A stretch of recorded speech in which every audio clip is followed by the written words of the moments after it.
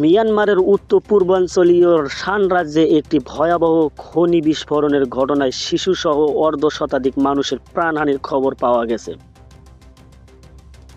এ ঘটনায় বহু মানুষ গুরুতর আহত হয়েছেন। স্থানীয় সময় রোববার দুপুরের দিকে শান রাজ্যের কাউংতাত গ্রামে একটি বিস্ফোরকের গুদামে শক্তিশালী বিস্ফোরণ ঘটে। স্থানীয় গণমাধ্যম ও সংশ্লিষ্ট সূত্রগুলো জানিয়েছে, বিস্ফোরণের পর পুরো এলাকায় আতঙ্ক ছড়িয়ে পড়ে। সংবাদ মাধ্যম দ্য ইরাবতী জানিয়েছে, এ ঘটনায় অন্তত ৪৬ জন নিহত হয়েছেন, যাদের মধ্যে ৬ জন শিশু রয়েছে। এছাড়া আহত হয়েছেন ৭৭ জনেরও বেশি মানুষ।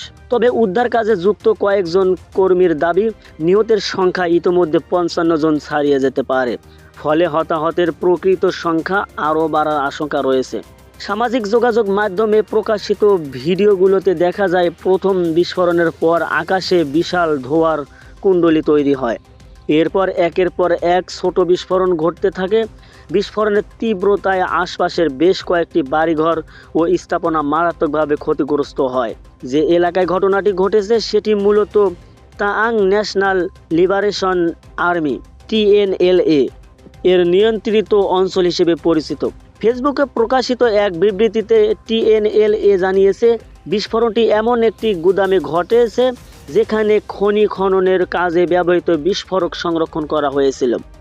উল্লেখ্য, শান রাজ্যের এই অঞ্চল মূল্যবান রুবি বা লাল চুনির খনির জন্য বিশ্বব্যাপী পরিচিত। ধারণা করা হচ্ছে, খনির কাজে ব্যবহারের জন্য বিপুল পরিমাণ বিস্ফোরক সেখানে মজুদ ছিল। ঘটনার পর গভীর শোক প্রকাশ করেছে TNLA। একই সঙ্গে বিস্ফোরণের প্রকৃত কারণ জানতে তদন্ত শুরু হয়েছে বলে জানিয়েছে সংগঠনটি।